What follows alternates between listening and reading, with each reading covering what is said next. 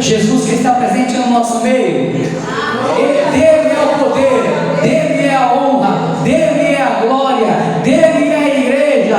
Tudo é dele, nós somos dele, todas as coisas foram feitas por ele, e esse Deus que fez tudo está aqui para ouvir a tua oração e dizer que na vontade dele ele vai realizar todas as coisas, porque ele não é homem para mentir, nem filho do homem para se arrepender. E tudo aquilo que está na vontade de Deus nesta noite, ele começa a retirar todo o impedimento, e a vitória vai chegar como ele tem prometido na minha e na sua vida nesta noite. Se você acredita, levanta a mão e diga aleluias, e diga glória a Deus, e fale em línguas, porque a igreja é batizada no Espírito Santo. Aleluia, aleluia, aleluia. A unção de Deus está aqui no nosso meio nessa noite. Oh glória! Quantos já sentiram a presença do Senhor? Digam, eu senti a presença de Deus.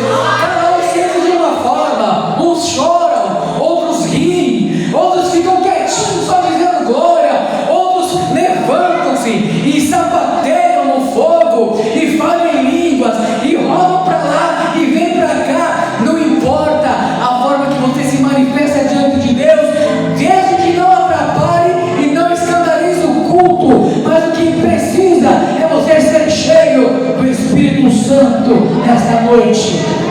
Aleluia!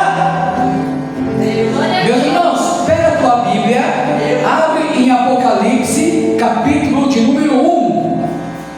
Aleluia!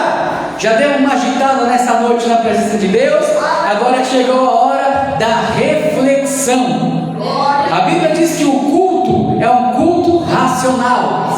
O culto, você precisa de saber o que você está fazendo. Essa coisa de Deus me tomou e eu não sei o que aconteceu, e isso não é de Deus.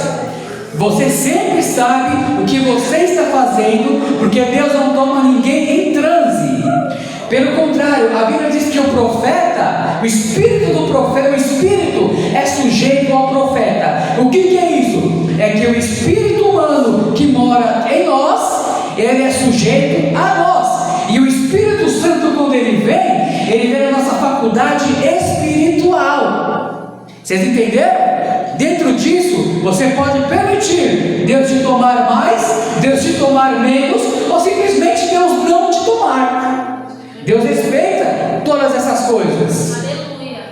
A minha prima Vivian Palma, Deus te abençoe, minha querida. Manda paz aí pro tio Ernesto e fica aí, não sai daí não. Quem encontrou o Apocalipse 1, diga amém. Amém. Como está proposto, nós vamos continuar meditando no Apocalipse nesta noite. A banda já tocou, as pessoas que deveriam ter oportunidade já teve as oportunidades, já cantamos os hinos no início do culto, já louvamos a harpa. Agora chegou a parte, não é a parte principal. Muitos falam que chegou a hora, a parte principal é a parte da palavra. E os outros não é, então? A saudação, o louvor, não é principal, é só a palavra? Não, todo o culto ele é importante do mesmo jeito. O louvor é a palavra cantada, é a palavra através da arte, porque a música é arte. Precisamos entender isso também. Às vezes eu vejo algumas pessoas criticando: esse hino, eu não citou nada da Bíblia, eu não vi Bíblia nesse hino. Nós temos que entender. Geralmente quem faz isso é quem não sabe nada de música, né? Nunca estudou música, não é músico, nunca estudou canto, nada. É a opinião baseada no achismo, que não sabe.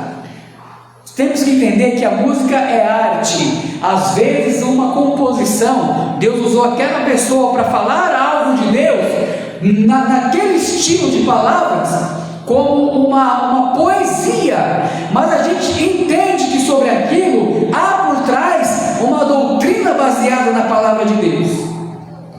Como também há louvores que não tem jeito de jeito nenhum, né? Outra coisa do louvor, tá? A palavra louvar é bendizer alguém. Então nós podemos louvar a Deus bendizendo através da música. Glória a Deus. Mas nem toda música cristã é um louvor a Deus. Tem música cristã que é como se Deus estivesse falando conosco através daquela música que vai nos abençoar. Tem músicas que são como se nós mesmos estivéssemos olhando para nós e agora eu vou me levantar, agora eu vou tomar coragem, agora eu vou para cima porque a salvação ela é de Deus e eu vou tomar posse. E tem músicas também que é meio que um desabafo contra tudo aquilo que acontece nas denominações de errado. Aí tem músicas que jogam isso para fora. O mais importante é isso, pessoal. Eu e você temos que ter uma linguagem que todos entendam. O problema da igreja muitas vezes é que usa uma linguagem que ninguém entende, a não ser quem faz parte da igreja. Mas a igreja ela foi chamada para pregar para quem não faz parte da igreja, para vir fazer parte da igreja depois. Amém, pessoal? Fica aqui essa pequena reflexão. Mas vamos lá para o Apocalipse, gente. Já falamos aqui em algumas ministrações até o versículo 7, não foi? Eis que vem com as nuvens, e todo olho o verá, até que os transpassaram o verão, e todas as tribos da terra se lamentarão sobre ele. Certamente ele vem. Amém. Pessoal, essa palavra amém significa assim seja. Agora você quer ver uma coisa comigo? Abre tua Bíblia aí em Mateus capítulo 24. Olha como que a Bíblia explica a própria Bíblia. Mateus 24, Evangelho de Jesus Cristo segundo escreveu São Mateus, capítulo 24. Eu vou ler o 29 e eu vou ler o 30. Olha só, o que está escrito? Vai estar sendo colocado aqui também no slide. Olha só. E logo depois da aflição daqueles dias. A aflição de que dias? A grande tribulação. Lembra que estamos falando sobre Apocalipse e a grande tribulação que virá? Depois da aflição daqueles dias, o sol se escurecerá. Em vários momentos no período tribulacional, o sol vai se escurecer. Mas esse dia específico aqui é o exato dia quando Jesus vier com a igreja, que ele já levou embora 7 anos antes da tribulação. Quando ele for voltar, olha só, o sol escurecerá, a lua não dará sua luz, as estrelas cairão do céu e as potências do céu serão abaladas. Olha quanta catástrofe. Aí o 30 vai dizer: então aparecerá no céu o sinal do Filho do Homem. Olha o que nós vemos aqui, Apocalipse 1 e 7. Eis que ele vem com as nuvens e todo o olho o verá. Olha agora Mateus 24. E aparecerá no céu o sinal do Filho do Homem, e todas as tribos da terra se lamentarão e verão o Filho do Homem. Aqui é um termo hebraico na época para mostrar que Jesus é o Messias, é o homem que vem de Deus. Um termo usado lá de Daniel capítulo 7, vindo sobre as nuvens do céu com poder e grande glória. O que a gente lê em Apocalipse 1 e 7 é confirmado por Mateus no capítulo 24 de Mateus. Aleluia. Amém até aqui, pessoal? A volta de Jesus Cristo com a sua igreja e com os seus exércitos para vir para a terra será marcada com esse sinal. Ele virá das nuvens do céu, e das nuvens ele vai aparecer, ele vai se revelar. Aleluia! E os escolhidos são aqueles salvos de todo o período tribulacional que abraçaram a fé em Cristo e pela graça de Deus estarão esperando de forma ansiosa a segunda vinda de Cristo. Assim como nós como igreja estamos preparados para o arrebatamento que vai acontecer a qualquer momento, depois que a igreja for embora, e haverá grande tribulação, e depois da tribulação, Jesus vem com a igreja para reinar sobre o trono de Davi na terra, e aí só os preparados, só os escolhidos serão absolvidos no julgamento das nações para entrar no milênio dos Senhor Cristo. Quem está entendendo, diga amém. Vamos voltar agora para o versículo 8, que é hoje.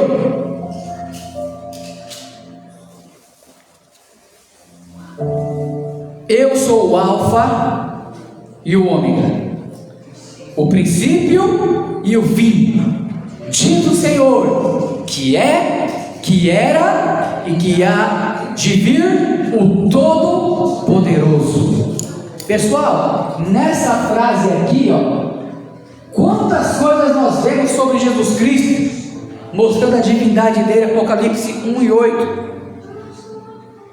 Olha o que ele vai dizer: eu sou o Alfa e o Ômega. O que seria isso lá na cultura grega, do qual foi escrito o Apocalipse? A letra Alfa é a primeira letra do alfabeto do povo da época, que está sendo escrito, do alfabeto grego. A letra Ômega é a última letra do alfabeto grego. Então existe um significado cultural aqui, quando ele diz que ele é o Alfa e ele é o Ômega. A primeira e a última letra do alfabeto grego. Isso serve para mostrar que todo o conhecimento está em Cristo. Porque através das letras do alfabeto que as pessoas aprendiam e aprendem todas as coisas, o nome das coisas, gramática e etc. E assim comunicar, sim ou não? Jesus dizendo que ele é o Alfa e o Ômega, ele é o centro de todo o conhecimento que o mundo pode ter. Aleluia. Isso fala do que? Conhecimento eterno de Cristo. Ele é o primeiro e ele é o derradeiro. Ele é o começo e ele é o fim. Ele é quem começa criando e ele quem termina, inaugurando os céus e a terra. Todas as coisas são dele. Ele é tudo em todos. Ele é o Alfa, ele é o Ômega. Ele é a primeira letra do alfabeto e ele é a última letra do alfabeto. Todo-Poderoso. Aleluia. Aleluia. E se ensina o quê? Que era o supremo e o soberano. Significa que não há nada desconhecido da parte de Deus. Você está entendendo, igreja? A Bíblia de Estudo, Tilahai, a Bíblia Profética de Estudo, que eu também estou usando como base aqui, não é nada da minha cabeça. Eu estou transmitindo para vocês aquilo que homens usados pelo Espírito Santo aprenderam e nos ensinaram através da palavra de Deus. Então eu uso como base as notas do John MacArthur, que é um pré-tribulacionista especial, sensacional. E eu uso de tabela as notas da Bíblia do Charles Tyrrell, que é tido como o pai do dispensacionalismo. Lembra o que é dispensacionalismo? É a regra de hermenêutica que analisa a história da Bíblia através de dispensações. Estávamos na dispensação da lei, dispensação de Moisés. Jesus Cristo morreu, ressuscitou, através da nova aliança de Jeremias 31, entramos na dispensação da graça, ou do Espírito Santo, ou da igreja, que não temos mais que servir a lei de Moisés, porque Cristo cumpriu por nós, mas temos que servir a Cristo, com os mandamentos que Ele nos dá. E aí, Tilahai, eu uso também a Dake, o Charles Tyrrell, como base. Também tem aquele comentário do Apocalipse Hit, e eu também uso aquele comentário do Severino Pedro, o Apocalipse versículo por versículo. Então todas essas coisas a gente faz o estudo e usa como base aqui o MacArthur. A nota de estudo lá do Tilahai sobre ele ser o Alfa e o Ômega, olha o que está dizendo. As primeiras palavras de Jesus a João, pessoalmente, identificam como o eu sou. O que é o eu sou das Escrituras, pessoal? Deus. Não é com Moisés lá? Diga que o eu sou te enviou. A palavra eu sou significa o ser existente em si mesmo. Ele é aquilo que nós precisamos. O eu sou. Ele é o que você precisa.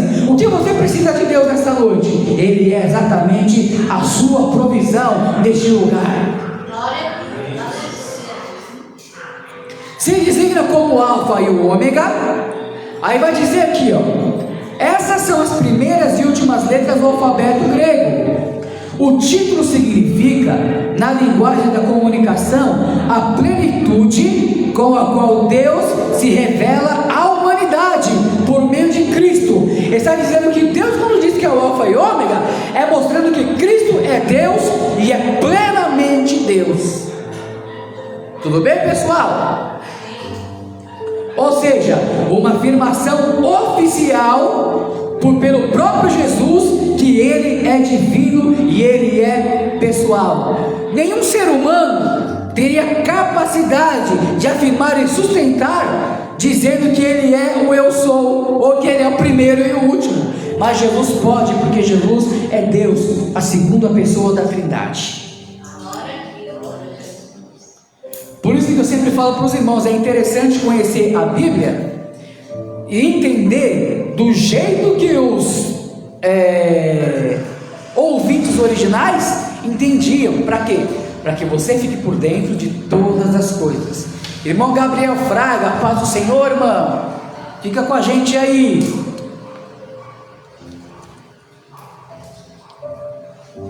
Aí ele vai dizer o que depois? Depois que Ele é o alfa e o ômega, e diz que é Deus, o Senhor Todo-Poderoso, Ele vai dizer, aquele que é, aquele que era, aquele que há de vir, o Todo-Poderoso. Quando Ele fala essas palavras aqui, igreja, é uma confirmação do que Ele disse, falando que é o alfa e o ômega. Ele é aquele que era. Desde a eternidade passada, Ele já é. Ele é aquele que é. Assim como Ele sempre foi na eternidade passada, hoje Ele continua sendo. E aquele que é, aquele que era e aquele que há de vir. Lá no futuro, quando todas as coisas programadas para o planeta Terra e para a humanidade se consumarem, quando o plano do Senhor estiver feito, Ele vai continuar sendo o Todo-Poderoso. Ele é o que era, é o que é e é o que há de vir. Todo o poder é dele nessa noite. Aleluia! Glória a Deus. Glória a Deus. Aleluia. Eu quero ler com vocês aqui Colossenses, capítulo 2 e o versículo 3. Eu vou ler aqui para não tomar muito tempo. Igreja tem que ter horário para começar e horário para acabar. Deus não é Deus de bagunça. Segundo Colossenses 2 e 3, diz assim: em quem? Em Jesus Cristo. Em quem? Jesus. Estão escondidos todos os tesouros da sabedoria e da ciência. Olha aí o alfa e o ômega. Nele está todo o tesouro, todo o conhecimento. Por isso Jesus falou certa vez: sem mim nada podeis fazer. Quem está entendendo, diga amém. Amém. Glória a Deus. Quem está gostando do estudo, diga glória a Deus. Glória a Deus. Interessante demais o Apocalipse. Depois ele vai encerrar com o Todo-Poderoso. Pessoal, quando diz aqui que Ele é o Todo-Poderoso, essa expressão ocorre 8 vezes no livro do Apocalipse. Quantas vezes eu falei? 8 vezes. Lembra lá da primeira aula, na numerologia, o número 8 é o número de Deus, porque Deus é mais do que perfeito. Então 8 vezes a Bíblia dizendo que Jesus é o Todo-Poderoso, poderoso é porque Ele é mais do que a perfeição. Em Ele habita toda a plenitude da divindade. Está pensando que o Jesus que você serve é um Jesusinho qualquer, irmão? É o homem de Nazaré que passou lá, sendo humilhado, sendo arrastado numa cruz, pendurado e sendo sepultado lá.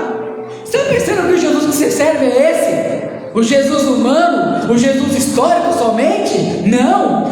Ao terceiro dia, Ele ressuscitou, apareceu aos discípulos e falou: todo o poder me foi dado nos céus e na terra. Aleluia! Glória a Deus!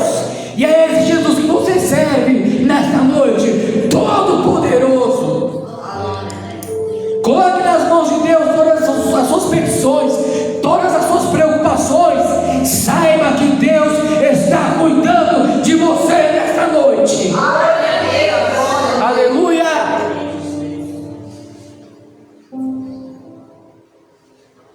Vamos continuar aqui.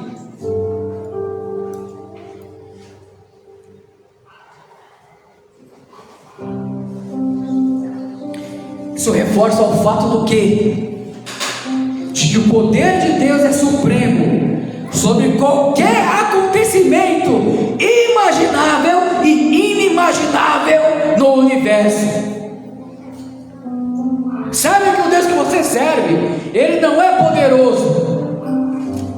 O Deus que você serve é todo poderoso. Muito obrigado, irmão Tiago. Recebe o galardão aí.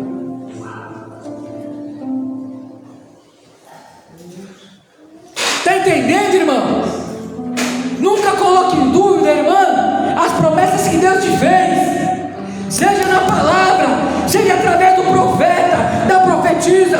Nós somos pentecostais, nós cremos na profecia sim.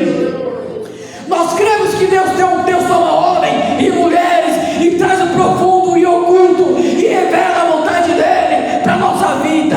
Nós cremos. Aleluia! Ele é o Todo-Poderoso.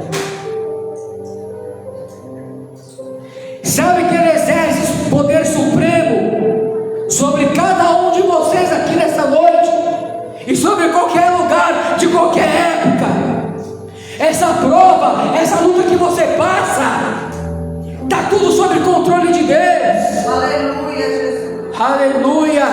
Glória a Deus. Uma vez Jesus reuniu seus discípulos e falou assim: que Ele queria que a fé de seus discípulos fosse como um grão de mostarda.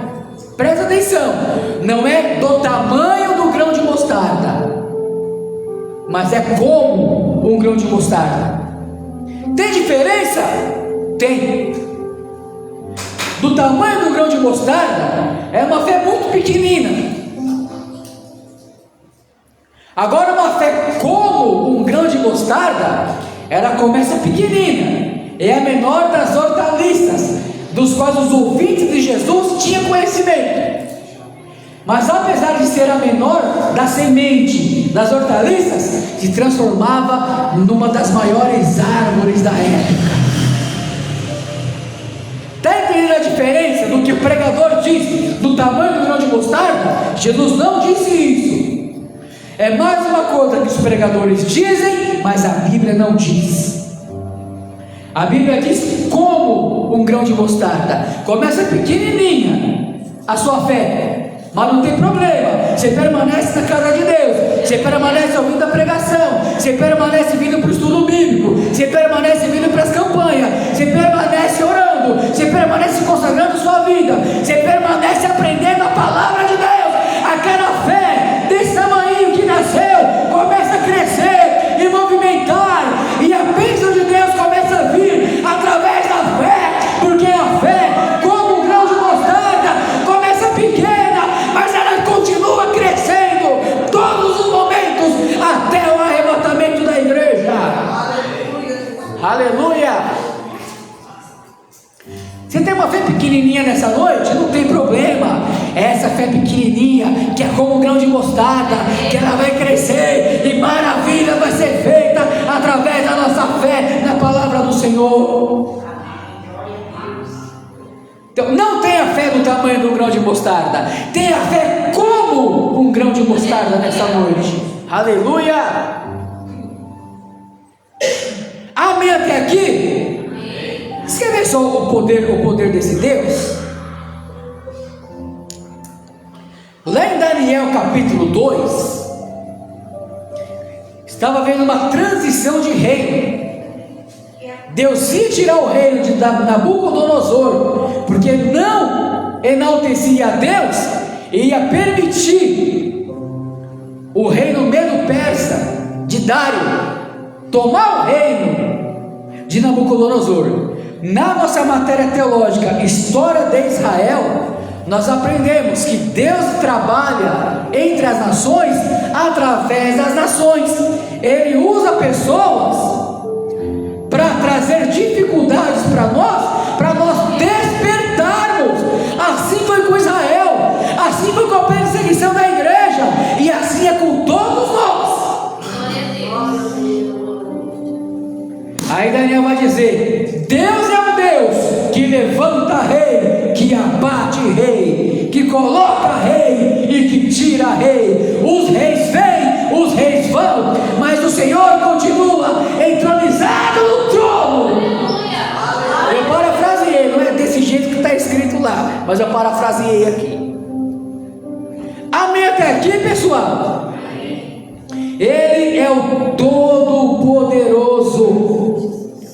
Você vai ver isso em Apocalipse 4, 8, 11, 17, 15, versículo 3, 16, 7 e 14, 19, 15, Apocalipse 21 e 22 também. A Bíblia chamando o Senhor Jesus de Todo-Poderoso. Se Ele é o Todo-Poderoso, então não sobrou poder para ninguém. Está tudo nas mãos dele. Aleluia. Ele exerce poder soberano sobre tudo. Nada está fora do domínio de Deus. Deus te trouxe hoje, neste domingo, aqui neste lugar, na missão primitiva, Travessa Maria de Médicis 18, Fazenda na Junta, para te dizer que Ele é o Todo-Poderoso. E até mesmo no estudo sistemático sobre o Apocalipse, a palavra vem revelada, e Ele manda dizer para alguém aqui nesta noite: não temas, que Ele é o Todo-Poderoso, tudo está no controle dEle.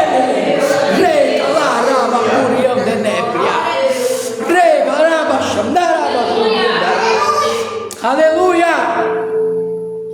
Glória a Deus! Pessoal, depois dessa apresentação do versículo 1 ao versículo 8, o que acontece?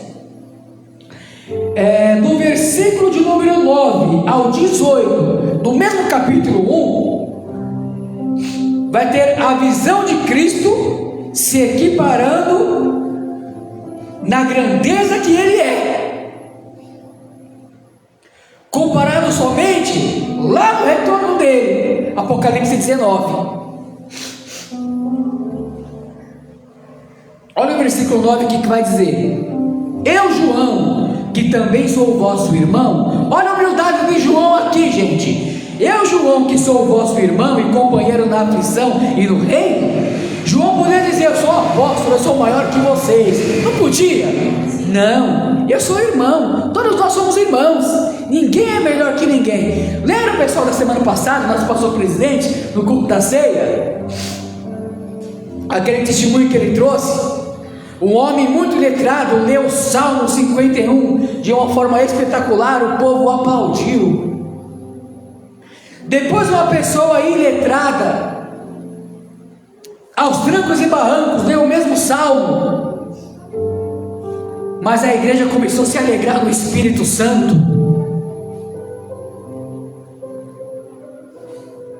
E aí perguntaram para aquele homem letrado: como você é capaz de fazer isso com a multidão?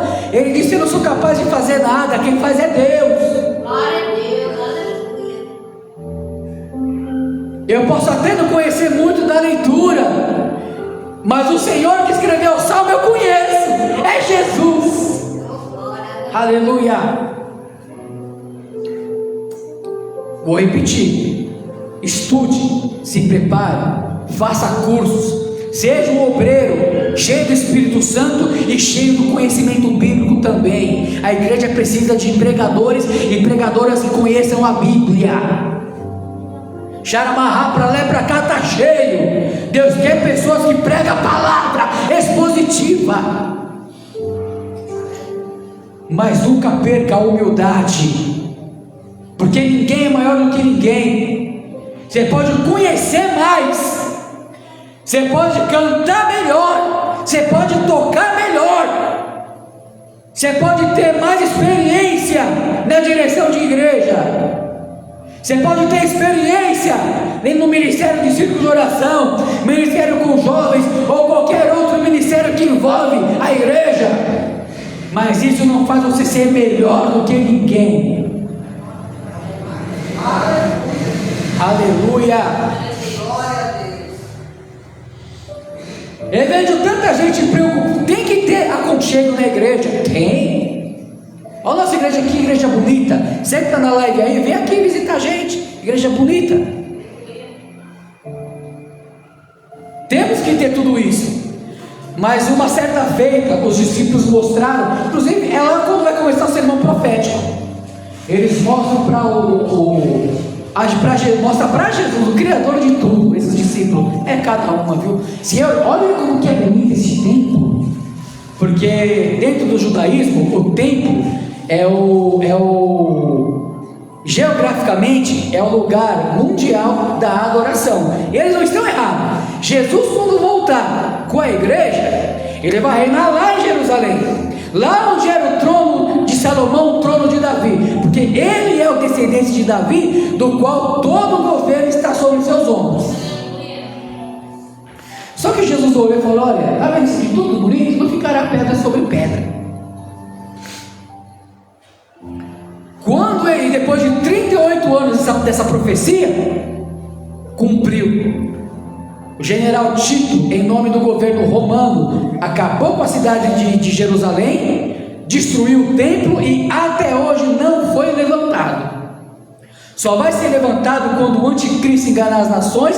Fizeram um pacto com Israel, enganando Israel, vai permitir a construção do templo, para Israel voltar a adorar no templo. Quando Israel voltar a adorar no templo, depois de 3 anos e meio, o anticristo quebra o pacto, quebra a aliança, e se inicia a perseguição sobre o povo, e vai se assentar no trono, querer ser Deus, fazendo-se de Deus, sendo adorado como Deus e exigindo a adoração dos homens. Mas nós não estaremos mais aqui, nós estaremos já na glória, arrebatado, junto com o Senhor, na casa do Pai, nas mansões celestiais. Aleluia. Tudo bem até aqui?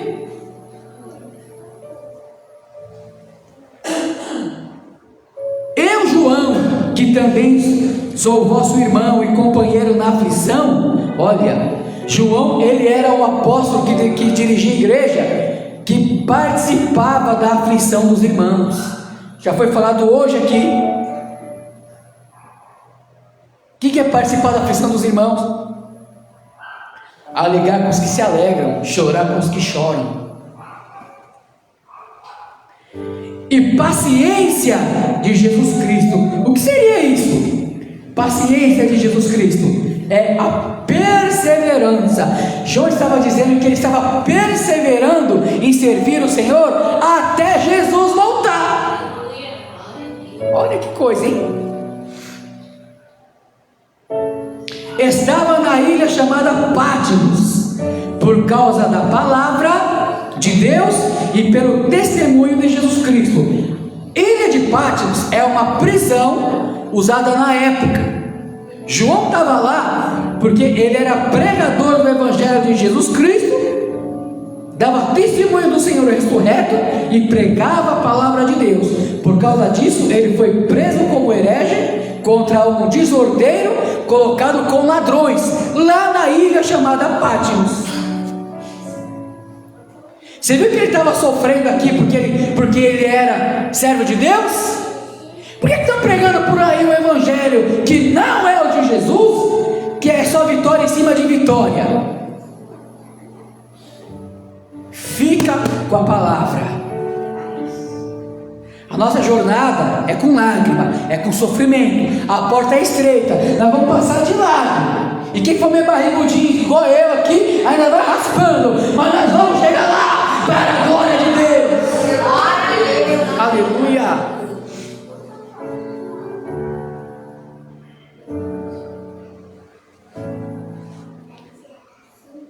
João, ele vai falar de 4 características aqui. Primeiro, a perseguição por causa da fé que eles professavam.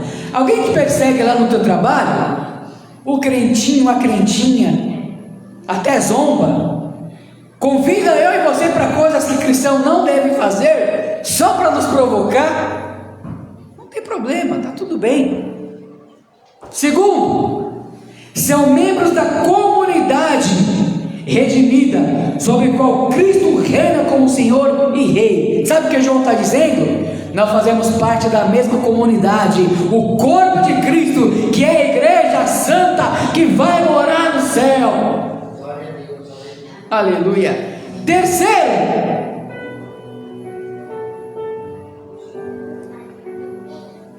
a visão que João está tendo de Cristo aqui é Ele glorificado, aquela mesma que nós teremos quando vemos Ele como Ele é. Está pensando que Jesus está cheio de sangue na mão e sofrendo? Ele é o Todo-Poderoso. Aleluia. As marcas na mão é só cicatriz para mostrar que Ele sofreu na casa dos amigos para trazer a salvação. As marcas que você leva do Evangelho servem para provar a sua caminhada de fé que você tem em Cristo. As pedradas, as calúnias, as injustiças que fizeram com você servem para mostrar, são as marcas que você leva com você, para mostrar a fé depositada em Cristo e a sua jornada servindo a Deus aqui, e as minhas também. Glória a Deus, aleluia, Jesus. Já foi excluído de alguma coisa? Eu também. Já esqueceram de colocar em você em algum departamento? Eu também. Já esqueceram ou te deixaram de lado, de propósito, talvez porque você não tinha a verba para ajudar lá na cantina no final do culto, que a mocidade se reúne para ir para a pizzaria e você não tem lá o dinheiro para ajudar. Não vamos chamar ela não, porque ela nunca tem dinheiro. Vamos falar, já fizeram isso com você? Comigo também. Mas saiba de uma coisa, Cristo está conosco. Aleluia.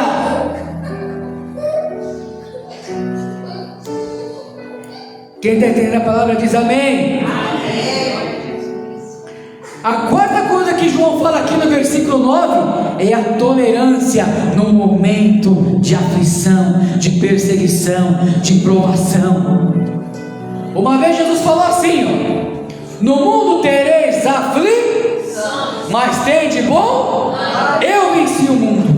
Ele não falou? Não é você que tem que vencer o mundo, é só permanecer em Cristo. Ele já venceu por você. Aleluia.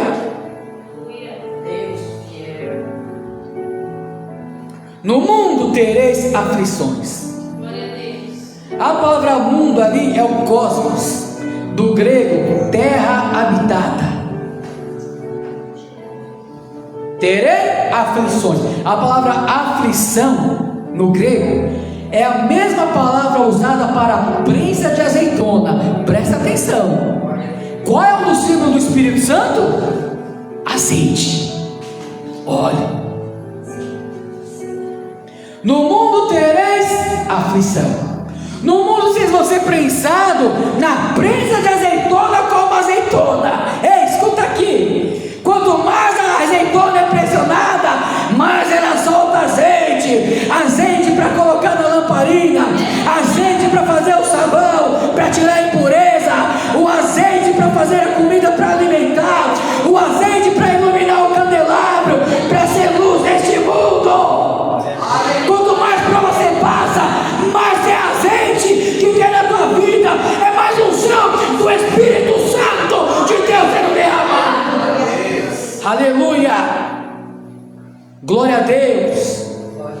Não reclame das suas provas.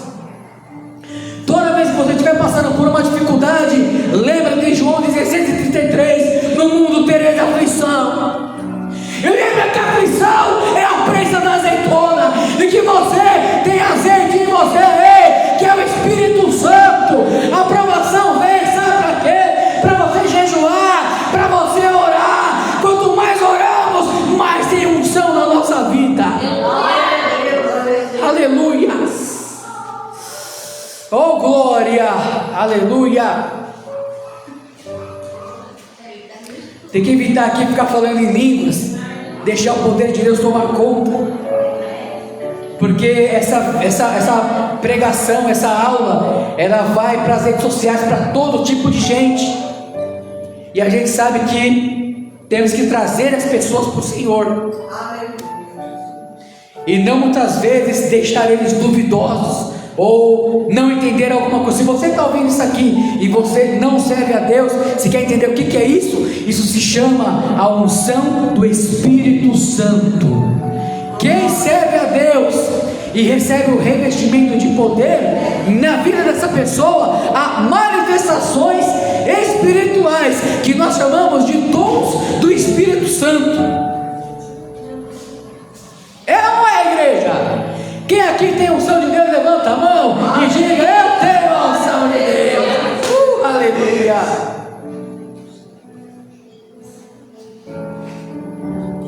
Por causa da palavra, lá na ilha chamada Patmos. Pessoal, um pouquinho de geografia aqui. Essa ilha de Patmos era localizada lá do lado de um mar chamado Egeu. Sabe onde é a Turquia hoje? Já ouviu falar de Turquia, né? Copa 2002, Brasil-Turquia, o Brasil ganhou deles lá. Então tá. A Turquia, era da Turquia que tinha essa ilha. Era uma ilha desértica, rochosa, que media 16 quilômetros de comprimento e 10 quilômetros de largura. Para que seria ela? Era uma colônia penal romana, ou seja, era uma prisão dos romanos, prisão máxima. O homem que só fez o bem estava na prisão máxima porque pregava Cristo Jesus. E a gente reclamando das provinhas que a gente passa. Precisamos aprender, irmão. Meu Deus, tem misericórdia de nós, Senhor. Murmuramos por tão pouco. E João estava na ilha de Patmos porque pregava a tua palavra. Tem misericórdia de nós.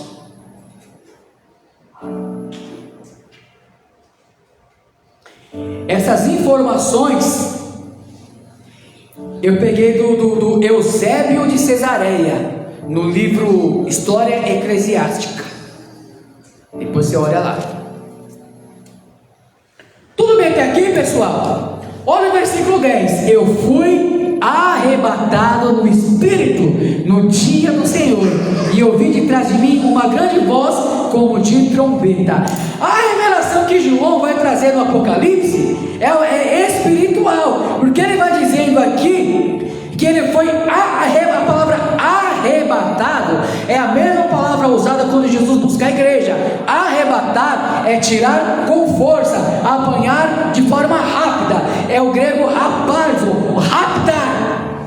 Quando alguém vai raptar alguma coisa, é lerdo devagarinho ou é rápido? É rápido. Assim será o arrebatamento da igreja. Acabou, ninguém viu mais nada, só resta a grande tribulação. A igreja subiu e está com o Senhor, sendo galardoada. Mas ele, João, foi arrebatado no Espírito, ou seja, o Espírito Santo o arrebatou no dia do Senhor. O dia do Senhor aqui não é o dia do Senhor escatológico da grande tribulação, mas é o domingo, porque Jesus Cristo ressuscitou no domingo, o Espírito Santo batizou no domingo, a igreja nasceu no domingo. Então domingo passou a ser chamado de dia do Senhor.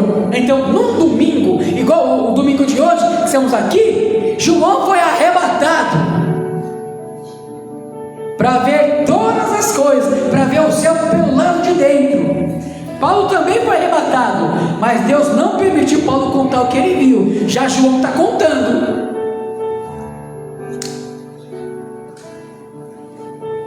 Tudo bem até aqui? Quando você lê Apocalipse, você aprende o que tem lá no céu, porque João foi lá e escreveu para a igreja o que ele viu. E ouvi de trás de mim uma grande voz como de trombeta. Pessoal, em todo o livro do Apocalipse tem uma grande voz para simbolizar o que? O poder de Deus. Uma voz como de trombeta, uma voz de despertamento, mostrando que era Deus que estava falando com ele. Sabe o que essa voz de trombeta falou para ele? Eu sou o Alfa e o Ômega. De novo. Glória a Deus. É o Todo-Poderoso, é o primeiro e o último. É quem está todo conhecimento. Eu sou o Alfa e o Ômega, o primeiro e o derradeiro. O que vês, escreve num livro. É o Apocalipse. E envia as 7 igrejas que estão na Ásia Menor: Éfeso, Esmirna, Pérgamo, Tiatira, Sardes, Filadélfia e Laodiceia. Por que mandou ele escrever as 7 cartas e enviar para essas 7 igrejas? É porque há uma profecia aqui dentro. Essas 7 igrejas, elas representam um momento histórico da igreja aqui na terra, durante todo o período, desde o tempo que Jesus inaugurou a igreja, até a igreja beirando a apostasia, que é a igreja apóstata de Laodiceia, que será a igreja do anticristo. Por isso que escreveu aquelas 7, mas é uma representação da igreja como um todo. E existe uma aplicação para isso aqui também. Hoje, em todas as denominações, tem crente com defeitos, dos quais aquelas 7 igrejas tinham, e crentes com qualidades, de qual aquelas igrejas também tinham. Eu não vou dizer as 7, porque tem igreja ali que não tinha qualidade nenhuma. Vocês estão entendendo, pessoal, por que aquelas igrejas? Porque 7, uma representação da totalidade da história da igreja, como que começa no Pentecoste e termina no arrebatamento. E aí Deus volta a tratar com Israel. Tudo bem até aqui, gente? Glória a Deus. 12. E virei-me para ver quem falava comigo, e me virando, vi 7 castiçais de ouro. João, ele ouve uma voz de trombeta, uma voz poderosa. Quando ele vira, ele vê 7 castiçais de ouro. Eita glória! Aleluia! Eu estou no versículo 12. Aleluia! Glória a Deus! Sabe o que era quando ele vê os 7 castiçais de ouro? É a igreja como um todo. Porque mais na frente ele vai dizer que os 7 castiçais é a igreja, e ele passeia no meio dos 7 castiçais. O que significa os 7 castiçais? É a igreja. Então Jesus, que passeia no meio dos 7 castiçais, hoje ele está aqui passeando no nosso meio através da sua palavra. Oh, aleluia! Glória a Deus! E no meio dos 7 castiçais, um semelhante ao Filho do Homem. Se o castiçal é a igreja, e no meio da igreja, um semelhante Filho do Homem, Jesus está aqui no nosso meio nessa noite. Aleluia! Glória a Deus! Aleluia! Glória a Deus! Vestido até os pés de uma roupa comprida e cingido pelo peito com um cinto de ouro. Essa vestimenta é uma vestimenta real dos reis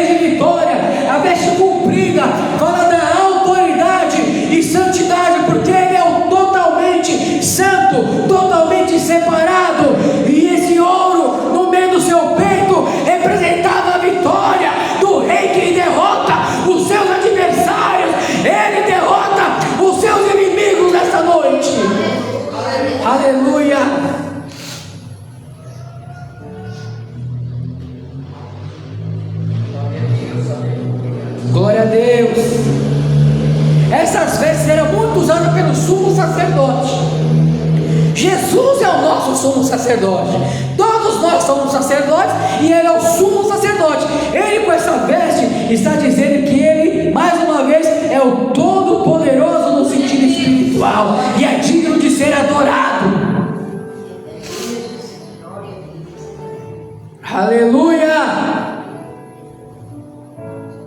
Aquela cinta de ouro sobre seu peito mostra a sua função sacerdotal.